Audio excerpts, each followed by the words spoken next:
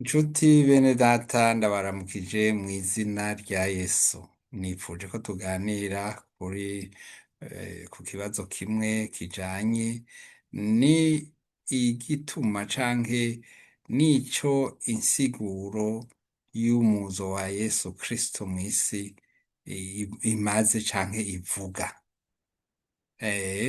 Musanzwe muzi ko nk'ibi bihe hama havyuka impari nyinshi ku bijanye n'umunsi mukuru uhimbazwa kw'itariki 25. Tumaze kumva ibintu vyinshi kandi sivyo ngomvye kuza guhagararako ngaha muri kano kanya. Ndashaka yuko umwe wese atahura neza yuko Yesu Kristo yaje mw'isi. Kimwe mu vyatumye aza mw'isi nuko yashatse kumenyesha Imana abantu. Ntibari bazi Imana. Ijambo ry'Imana hariya muri Yohana igice ca mbere akarongo ka 18 niho hatubwiye ngo nta muntu n'umwe yigeze kubona Imana. Reka twasome kugira ngo muvyumve neza. Havuga ngo nta muntu yigeze kubona Imana na rimwe. Umwana w'ikinege aba mu gikiriza ca se niwe yayimenyekanishije. Nta muntu n'umwe yigeze kubona Imana. Umwana w'ikinege aba mu gikaraza ca se niwe yayimenyekanishije. Birumvikana yuko uwo mwana w'Imana yaje kugira ngo azane ubutumwa bw'Imana, abantu bayimenye Imana iyo ariyo n'ico igona canke ivuga. Ego saho gusa, twebwe dukwiye kumenya ko mbega twobana n'Imana gute? Twoba mu Mana gute? Ijambo ry'Imana ritubwira ngo turi muri Kristo tuba turi mu Mana y'ukuri. Reka tuhasome, turi muri Kristo tuba turi mu Mana y'ukuri. Mw'ibaruwa ryanditswe na Yohana rya mbere igice ca 5 20 na 21 niho tugira dusome. Kandi tuzi yuko umwana w'Imana yaje akaduha ubwenge ngo tumenye iy'ukuri. Kandi turi mu y'ukuri, turi mu mwana wayo Yesu Kristo. Iyo niyo Mana nyakuri n'ubugingo budashira. Navuze ngo tushaka kumenya ko turi kumwe n'Imana canke turi mu Mana. Imana zozo ni nyinshi. Mbega turi mu y'ukuri? Nico kibazo dufise. Nta n'umwe yigeze kubona Imana. Umwana wiwe ari mu gikiriza ca se niwe yayimenyekanishije. Uyo mwana ni wa wundi agaruka akavuga ati jewe ndi inzira n'ukuri n'ubugingo, ntawuja kwa Data atanciyeko. Ayo majambo ari mw'ibaruwa mu butumwa bwiza bwanditswe na Yohana igice ca 14 akarongo ka 6. Kandi aho imbere yaho niho havuga yuko Yesu yemereye intumwa ati ngiye kwa Data kubategurira ikibanza. Kandi kwa Data hari amazu menshi, yaba hariho mba ndababwiye. ngiye rero kubategurira ikibanza, nzogaruka kubatora kugira ngo aho muba nanje muzobe aho mba namwe azoba ariho muba. Uwo ni Yesu. Uwo ni Yesu duhimbaza, uwo ni Yesu twemera ko yaje mu isi kugira ngo isi ikizwe nawe. Ehe, nimuvyumve neza. Nikodemu yarumvise yuko Yesu yaje. Kubera ko Yesu basa nuko bamugize ko novuga em, iperereza canke ubu iperereza, baramukurikirana, barazi ko yabatijwe. Murabizi kuva anavuka yuko umwami yamenye ko yavutse, ariko Yesu umenye ko atari umuntu asanzwe, yavutse ku buryo buhambaye, ntagiye kugaruka ko kuri uno munsi. Ariko abami bamenyeshejwe n'Imana canke inyenyeri y'Imana nibo baciye kurondera kumenya hariho neza, babaza umwami. Umwami nawe ati genda mu musenge, nimwamubona nanje muze mumbwire. Ariko Imana yo itabura ingene ibigenza, yarababujije gusubirayo, yongera iramwongoza, bituma uwatwara aho hantu arigita abana b'inzoya bose b'abahungu kuva ku mwaka wa mbere, ku bavutse gushika ku bakwije imyaka 2. Ayo ni amajambo dusoma kandi dusanga muri Bibiliya. Ubu Yesu yari yaravutswe, yari yarahanuwe, nticabaye icaduka. Inzandiko za kera zari zaramuhanuye ko azoza. Muri Yesaya 35 akarongo ka 4 haravuga neza yuko uwo Yesu azoza. Ego izina ntiryari iryo, mugabo haravugwa yuko azoza. Niho hatubwira ngo mubwire abahagaritse imitima muti rema, ntaco mutinya, raba Imana yanyu izozanana no guhora, niko kwitura kw'Imana, izoza ibakize. Niho impumyi zizohumuka, n'ibipfamatwi bizoziburwa. Ico gihe ucumbagira azosimba nk'impongo, ururimi rw'ikiragi ruririmbe, kuko amazi azodudubiza ahagadutse, imigezi itembere mu bugaragwa. Hari amajambo umuntu yokwibaza agasanga arahuye. Muribuka Yohana Umubatiza amaze kugira ibibazo agapfungwa n'abatwara ico gihe, yaratumye ko kubaza Yesu ati mbega ni wewe uzoza canke turindire uyundi? Nawe aramwishura aya majambo duheje gusoma muri Yesaya. Aha turabisoma uko yamwishuye muri Matayo 11. Reka duhera ku mutwe w'amajambo Yohana Umubatiza atuma kuri Yesu. Ariko Yohana ari mu nzu y'imbohe, yumva ivyo Kristo akora, atuma abigishwa biwe kumubaza ati mbega uri wawe wundi akwiye kuza, canke twitege uyundi? Arabishura ati nimugende mubarire Yohana ivyo mwumva n'ivyo mubona.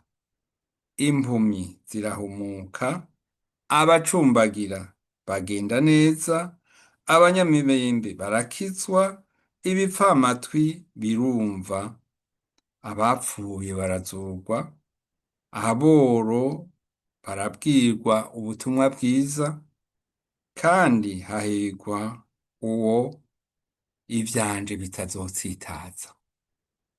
Ngira ngo ari ugereranya ashobora kumva aha aya majambo agaragaza ko ni umuntu umwe avugwa canke n'Imana imwe ivugwa, kandi hagaragazwa ko n'ibikwiye gukorwa. Ego, umwami Yesu rero abahezagire.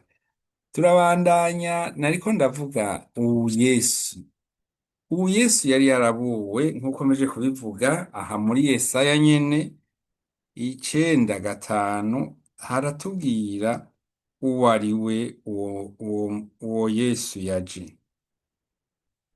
Yesaya 9:6 niho hatubwira ngo kuko umwana atuvukiye, duhawe umwana w'umuhungu, ubutware buzoba ku bitugu vyiwe, azokwitwa igitangaza, umujanama, Imana y'ubushobozi, Data wa twese, ahoraho, umukama w'amahoro canke umwami w'amahoro.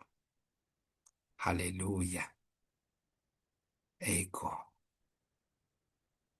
turavye ukuntu se wa Yohana Umubatiza ariwe Zakariya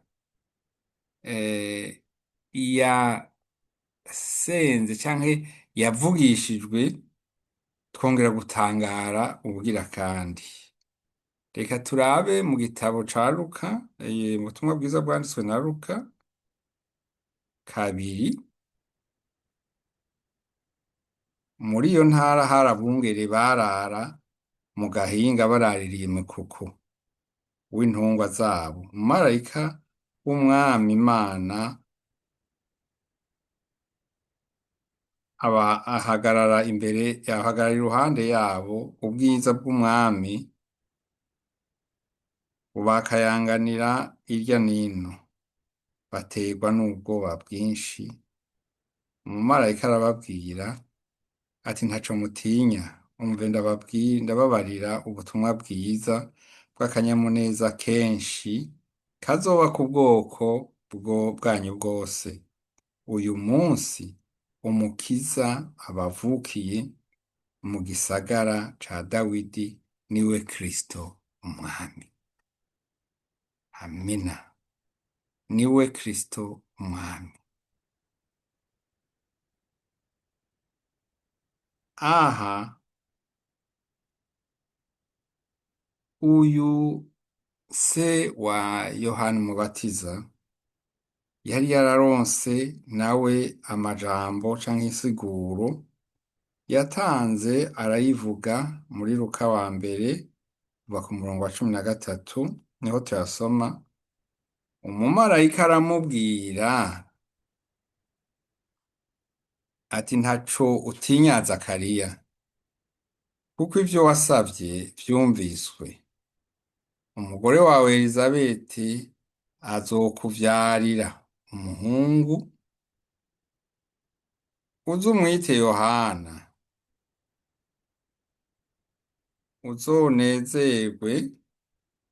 Uzonezerwa, uzohimbarwa, kandi benshi bazonezererwa ukuvuka kwiwe, kuko azoba umukuru mu nyonga z'umwami Imana.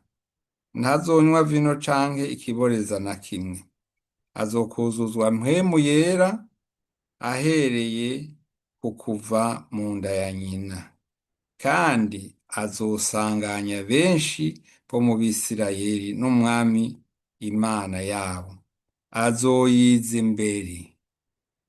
Azoyiza imbere ari n'umutima wa Eliya n'ubushobozi bwiwe, ngo asanganye imitima ya base n'iya ba nyina, n'intabarigwa zisubize ku bwenge bw'abagororotsi, ategurira umwami Imana ubwoko burorane. Haleluya! Mwibuke ko Yohana Umubatiza yagiye abwira abantu ati nimwihane kuko ubwami bw'ijuru buri hafi. Yesu nawe nyine yaje azanye iryo jambo, kandi twumvise ngo eh, eh, azo azogendera imbere y'Imana. Eh, aha tutahuramwo vyinshi. Yesu ni Imana canke si Imana?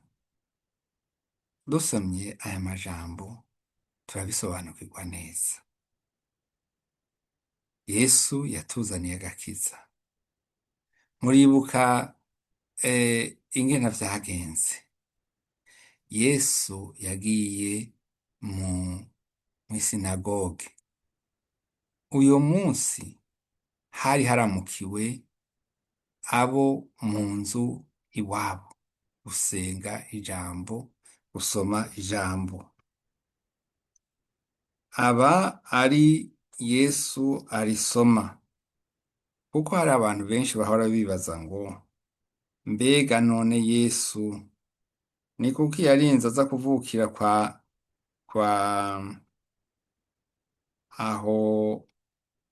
Yosefu?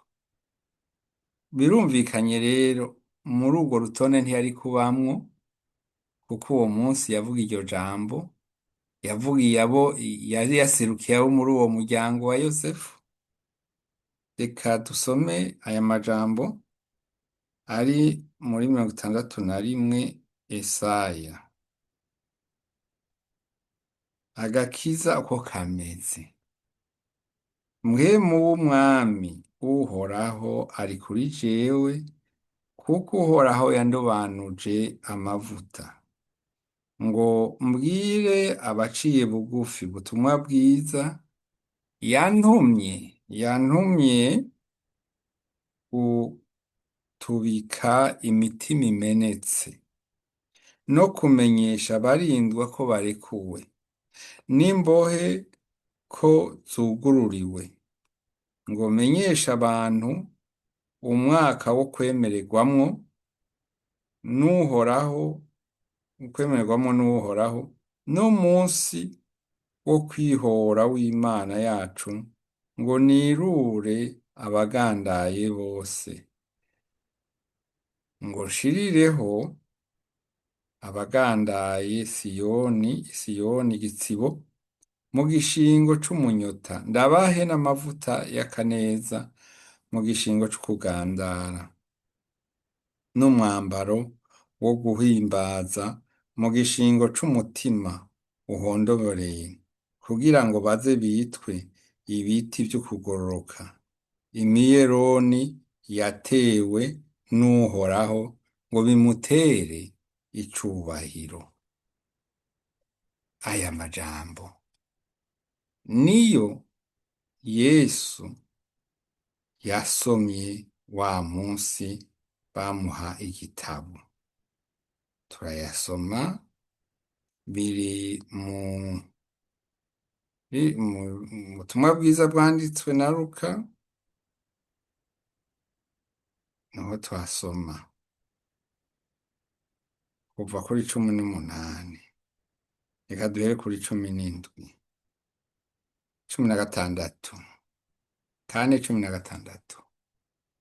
Aja i Nazareti, iyo yakuriye ku munsi w'isabato yinjira mw'isinagoge nk'uko yamenyereye, ava hasi ngo asome. Bamuha igitabo c'uwavugishwa n'Imana Yesaya, arakizingurura abona handitswe ngo mpwemu w'Imana Uhoraho ari kuri jewe, nico catumye andobanuza amavuta, kugira ngo mbwire aboro ubutumwa bwiza. Yantumye kumenyesha abarindwa ko barekuwe, n'impumyi ko zihumuka, no kubohora abanywagutse imitima, no kumenyesha abantu umwaka wo kwemererwa guhemererwamo n'uhoraho. Haleluya, haleluya. Mm, ego. Mariya yaronse ubutumwa bumubwira ngo uzovyara umwana w'umuhungu, uze umwite Yesu. Uzovyara umwana w'umuhungu, uze umwite Yesu. Aya majambo nayo ari ngaha avuga ngo umumarayika aramubwira ati ntaco utinya Mariya, kuko ugiriwe ubuntu n'Imana. Umve, uzosama inda uvyara umuhungu, kandi uzumwite Yesu. Azoba mukuru, azokwita umwana w'Isumba vyose, kandi umwami Imana azomuha intebe y'ubwami ya sekuruza Dawidi, ahangame mu nzu ya Yakobo ibihe bidashira, ubwami bwiwe ntibuzogira iherezo. Ninde afise ubwami butazogira iherezo? Abami bo kw'isi tugira abami bafise iherezo, ariko ubu Yesu ubwami bwiwe ntibuzokwigira buhera. Zakariya nawe yarahanuye, yararonse ubuhanuzi, avuga aya majambo tugira dusome hano ati: se Zakariya yuzuzwa mpwemu yera. Reka dusome: avugishwa n'Imana. Uwo ni se wa Yohana Umubatiza.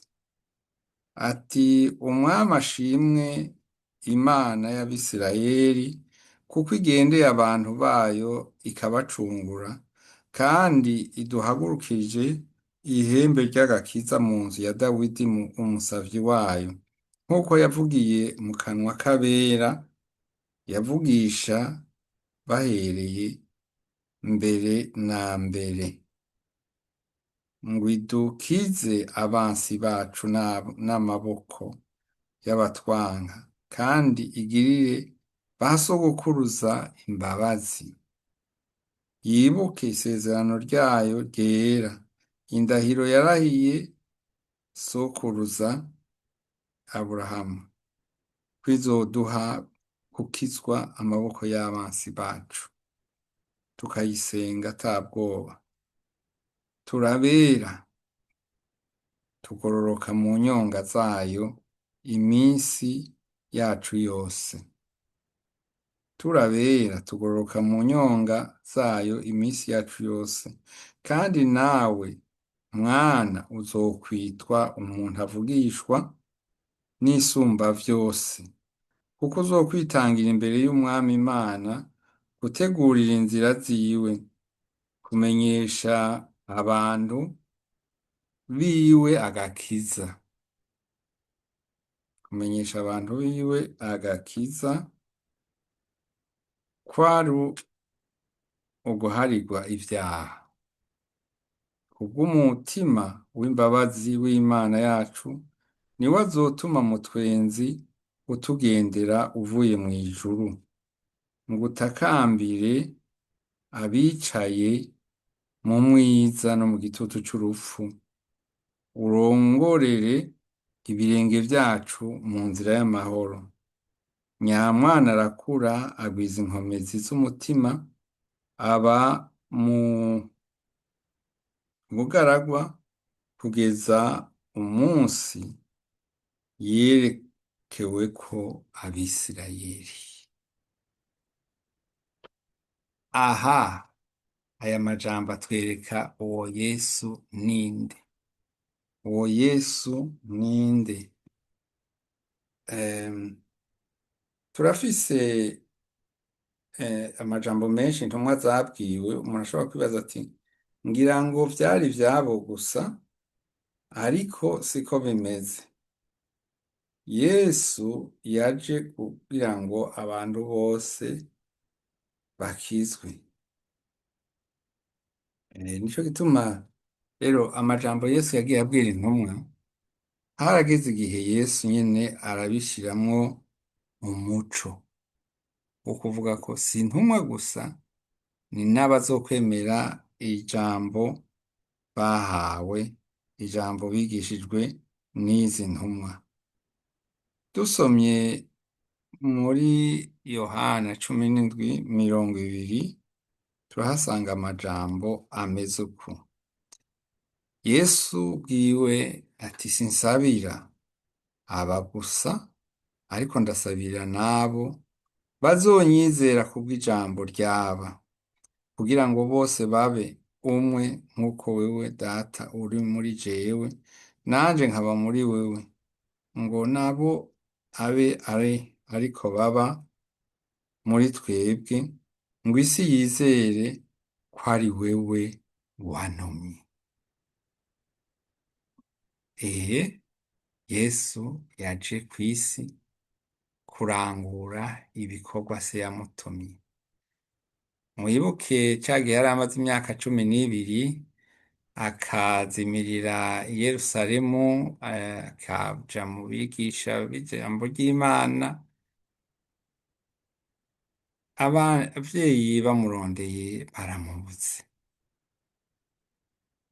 Bukeye baragaruka kumurondera, baramusanga mw'isinagoge, baramubaza ati ibi watugize n'ibiki?